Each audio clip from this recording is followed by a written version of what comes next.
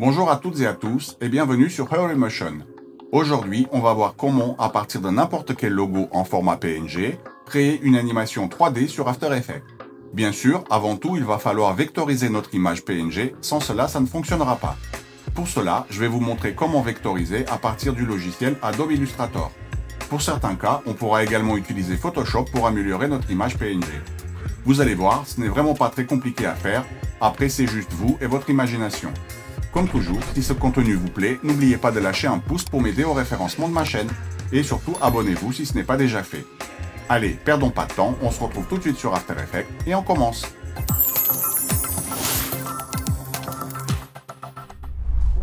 Bien, donc on est sur After Effects, on commence tout de suite par créer notre nouvelle composition. Vous la renommez comme vous voulez. On va prendre un paramètre HD 1920 par 1080, 30 images par seconde, 8 secondes de durée, ce sera largement suffisant. On clique sur OK. Pour que cet effet fonctionne, il faut absolument avoir une image vectorielle, c'est-à-dire qu'on puisse vraiment l'extruder pour créer notre effet 3D. Si vous prenez une image PNG, par exemple, vous voyez, si je me mets en transparence, on a une image PNG, ça ne fonctionnera pas. Généralement, il faut se mettre en 3D. Vous appuyez sur CTRL-K dans vos paramètres ici, rendu 3D. Système de rendu, il faut que vous soyez en 3D avancé. De base, votre After Effects, il est en 3D classique. Sauf si vous utilisez souvent la 3D avancée, il sera déjà en 3D avancé. Donc, vous vous positionnez comme ça. Vous cochez bien le petit cube pour passer en mode 3D. Et là, si vous déroulez votre calque, vous avez option de géométrie et option de surface qui sont apparues. L'option de surface, on a exactement ce qu'il nous faut. En revanche, l'option de géométrie, vous voyez, tout ce qu'on peut faire, c'est courber notre image. Donc, pour que ça fonctionne, on va effacer notre PNG. On a besoin de le vectoriser. Pour le vectoriser, on va aller tout de suite sur Illustrator. Donc, on se retrouve sur Illustrator. Alors, j'ai pris volontairement un logo avec un dégradé. Pour ceux qui connaissent la technique, vous n'êtes pas obligé de regarder, vous pouvez avancer le tuto.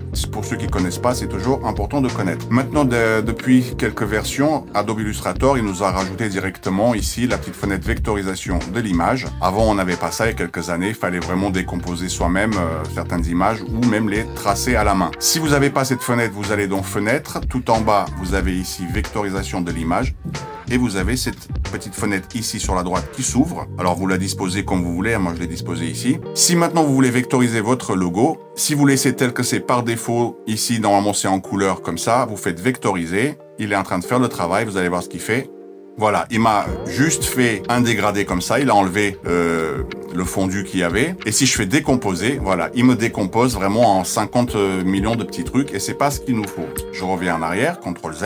Donc pour que ça fonctionne, il faut le passer ici par défaut, peut-être en noir et blanc, vous allez vous dire. Si vous le mettez en noir et blanc, voilà ce qui se passe. Vous voyez, le côté dégradé, il me le coupe. Et si je fais décomposer, il va décomposer comme ça. Et là, vous voyez, c'est pas droit, c'est pas génial. CTRL Z. Donc ici, ce que vous devez faire, c'est peut-être faire par silhouette. C'est ce qui fonctionnerait le mieux. Si vous le faites en silhouette, il me le fait super bien. Et si vous le mettez en décomposé, on a ce qu'il faut. Sauf que là, on peut s'apercevoir que c'est pas très droit. Il a un petit peu bouffé des lignes. Donc pour que ça fonctionne mieux, ce qu'on va faire, on va aller sur Photoshop. Donc on reprend notre logo, on le sélectionne. Si vous faites un clic sur le calque et vous sélectionnez une fois, il va sélectionner comme ça. Si vous le remplissez en noir, vous voyez, il va juste remplir tout le logo en noir. Nous ici, on va prendre la baguette magique, CTRL D, je désélectionne, et je vais moi sélectionner vraiment, en maintenant la touche Shift, chaque cadre. Alors c'est bien, on a un dégradé qui est assez fluide, donc ça fonctionne assez bien. On n'a pas trop de problème de pixels. Voilà, une fois que tout est sélectionné, vous n'avez plus qu'à le remplir de noir. Là, une fois qu'il est fait, vous faites fichier exporter et vous l'exportez en format PNG. Maintenant, on retourne sur Illustrator. Donc maintenant sur Illustrator, vous voyez, on n'a plus de défaut. On n'a plus qu'à tout simplement vectoriser notre, pas en noir et blanc, on va le laisser tel quel, on va juste faire vectoriser et décomposer. Et là, vous voyez, il me l'a décomposé, c'est parfait. Alors maintenant, vous avez deux solutions. Pareil, pour ceux qui connaissent pas, soit vous le laissez tel quel et vous l'exportez et vous pouvez l'utiliser sur After Effects pour faire une extrusion, mais il sera d'un seul bloc. Si vous voulez maintenant animer le cadre extérieur, le cadre intérieur et le petit cercle séparément, là, si vous déroulez votre calque, vous voyez, 1, 2, 3. Tout ce qui est blanc, on va l'enlever. Donc, on peut rajouter, si on veut, ici, deux calques. Clique deux fois sur plus pour rajouter deux nouveaux calques. On va, celui-là, le glisser dans le calque 3. Celui-là, on va le glisser dans le calque 2. Et celui-là, tout ce qui est blanc, là, on va les supprimer. Je vais les glisser directement dans la poubelle. Voilà. Et là, on se retrouve, vous voyez, le cadre extérieur, le cadre intérieur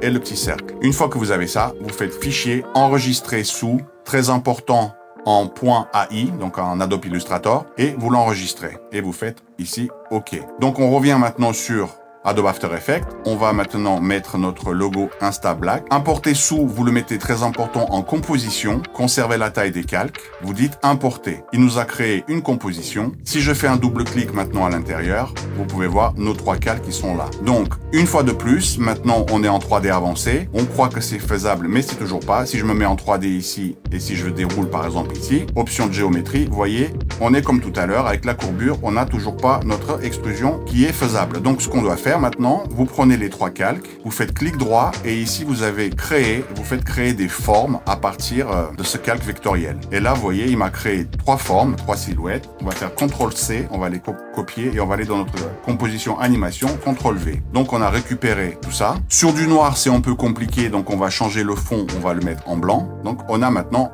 un fond blanc et notre logo. Et maintenant, donc là je peux remettre mon fond. Si maintenant je déroule mes 3 calques et si je vais à option de géométrie, vous voyez profondeur de biseau du trou et profondeur d'extrusion. Donc là on peut tout simplement faire ce qu'on veut. Donc là si je mets par exemple 10 en profondeur de biseau, si je le mets en concave, vous voyez, tous ils le passent en concave. Et si je mets maintenant une extrusion, je sais pas, on va dire de 30, vous voyez ce qui m'a créé. Alors concave 10 c'est peut-être trop, on va peut-être mettre 6 en extrusion du biseau pour faire un truc assez léger. Et si je maintiens la touche C appuyée et si je tourne, vous voyez, on a créé un logo 3D en partant d'une image PNG. Donc à partir de là, maintenant, on peut s'amuser à styliser notre logo. Donc ce qu'on va faire déjà, ici on va le renommer. Pour pas me tromper, je vais également les passer en couleur jaune. Là, il est même un peu trop grand, mon logo. Je vais appuyer sur S, le réduire complètement, comme ça, le mettre, allez, à 60%.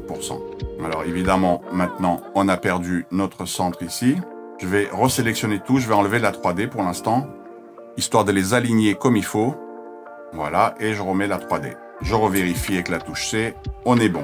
Maintenant, si vous voulez, vous pouvez rajouter un peu de design autour. Alors, par exemple, ce que vous pouvez faire, vous pouvez prendre cette fois-ci un outil rectangle comme celui-là, par exemple. Vous pouvez faire ça, vous enlevez le fond, annuler, pardon. Fond, vous cliquez, vous mettez le petit trait pour l'enlever. On se retrouve avec un fond comme celui-là. On va peut-être le mettre à 15 pixels. On va lui faire une rotation de 45 degrés, comme ça. Double-clic sur le point d'ancrage. On va l'aligner également et le centrer, comme ça. On va un tout petit peu le réduire, comme ça. Vous pouvez également rajouter, par exemple, là, on va mettre losange. Toujours important de les renommer, sinon vous allez vous perdre. On peut rajouter peut-être une ellipse. Vous passez également ces 3-là en 3D. Alors, on va prendre ceux-là, les 3, on va dérouler. On va aller dans l'option de géométrie. On va les mettre en concave. On va les mettre profondeur de biseau à 6 et 30 d'extrusion. Comme ça, on peut vérifier que maintenant tout se chevauche. On va un tout petit peu maintenant écarter ça. Donc voilà, maintenant qu'on a créé notre forme, j'ai même un tout petit peu réduit le logo. On peut lui placer maintenant des lumières. Mais pour que les lumières fassent un reflet, ici on sélectionne le tout, on va dérouler et on va dans options de surface. Ce qu'on va faire dans les options de surface, on va augmenter la brillance et la spécularité. On va passer la brillance peut-être à 90. Automatiquement, vous voyez, ça l'a mis un petit miroir. On va augmenter également peut-être sa spécularité, peut-être la mettre, je sais pas, 75% pour qu'il y ait un peu plus de reflets. Et la diffuse, on peut peut-être augmenter un petit peu à 65. Donc là, si j'appuie sur C, vous voyez, on a créé notre logo. Alors là, je l'ai pas beaucoup extrudé. Vous pouvez l'extruder beaucoup plus, hein. C'est vous qui voyez. Ça, c'est juste pour l'exemple. Et maintenant, une fois que vous avez créé tout ça, on peut s'amuser à mettre des lumières. Alors, vous avez plusieurs types de lumières. Nouveau, lumière. Vous voyez, vous avez lumière ponctuelle, une lumière d'environnement qui peut être aussi très sympa. Alors, dans la nouvelle version 2025, on peut utiliser même des images JPEG, alors que dans les anciennes versions, il fallait absolument une image HDRI pour faire le reflet de l'image. Sinon, nous, ici, on va utiliser une lumière ponctuelle. On va dire OK. La première lumière, ça tombe bien rose. On va essayer de reprendre à peu près les couleurs de notre Instagram. On va la poser quelque chose comme ça, ici. On va un tout petit peu la reculer comme ça, histoire de voir notre reflet là. On va faire un CTRL-D. On va la dupliquer. On va aller à l'opposé, ici. On va la mettre un petit peu en hauteur. On va un tout petit peu l'avancer, comme ça. On va dérouler notre lumière 2. Dans option de lumière, ici, on va lui mettre une couleur un peu plus bleue. Comme comme ça, pour faire vraiment Insta. On va la reculer, comme ça. Celle-ci, on va faire un CTRL D, on va la descendre plus vers le bas. Et celle-ci, on va la mettre en couleur orange.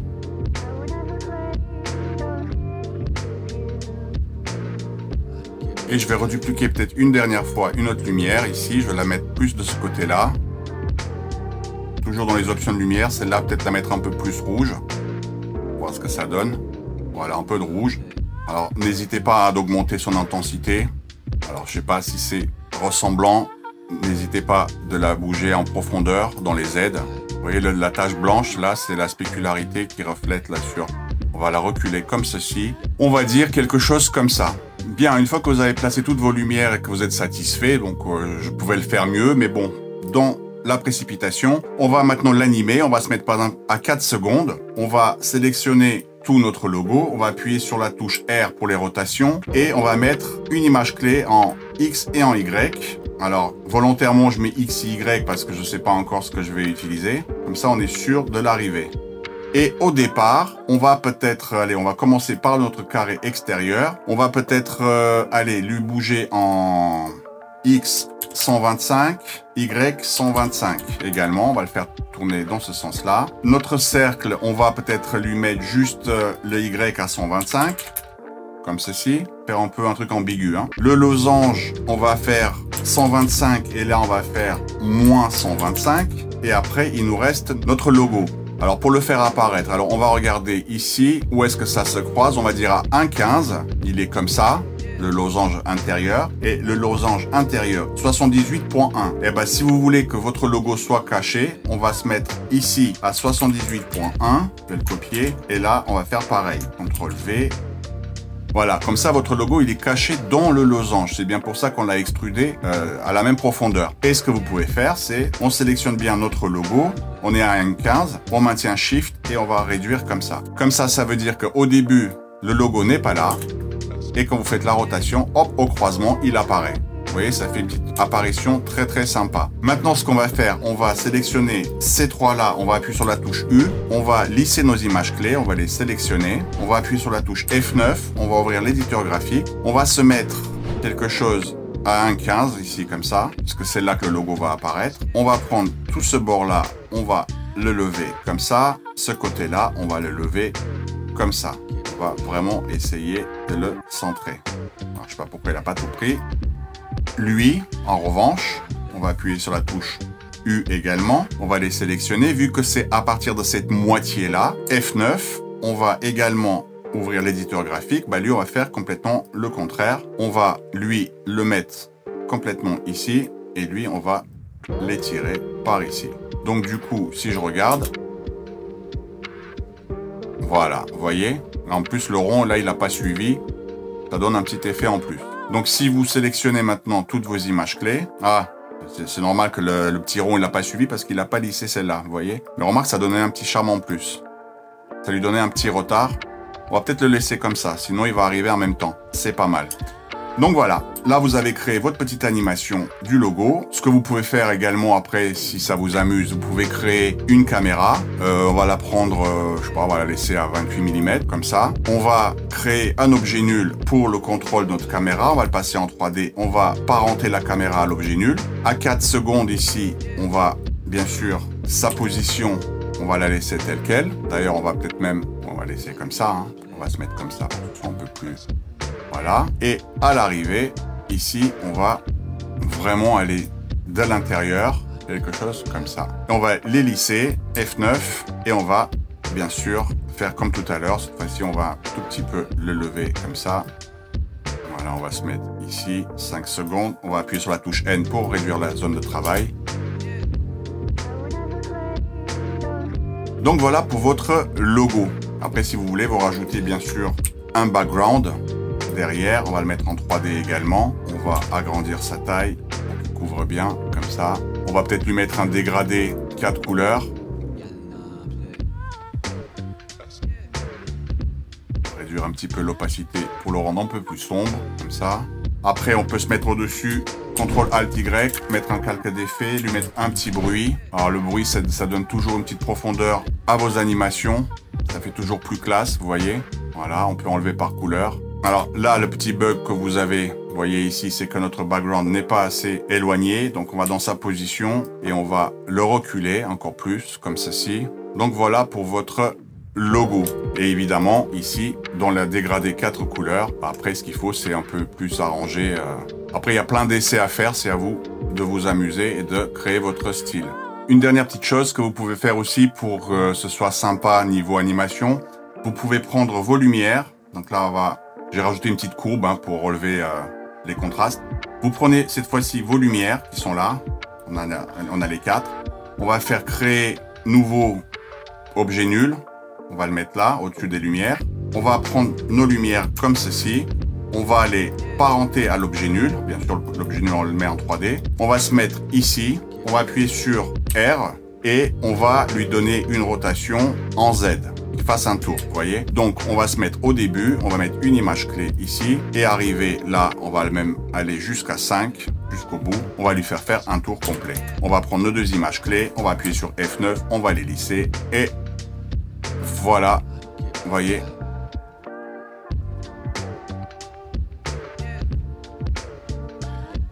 Et pour terminer, si vous mettez votre background en 3D, vous avez cet effet-là avec les lumières qui tournent, vous voyez, ça donne aussi un truc très sympa. Donc voilà les amis, cette fois-ci c'est à vous de vous amuser, créer vos propres formes, vous avez la technique. Et bien voilà pour ce petit tuto, j'espère comme toujours qu'il vous a permis d'apprendre quelque chose de nouveau et de nouvelles techniques.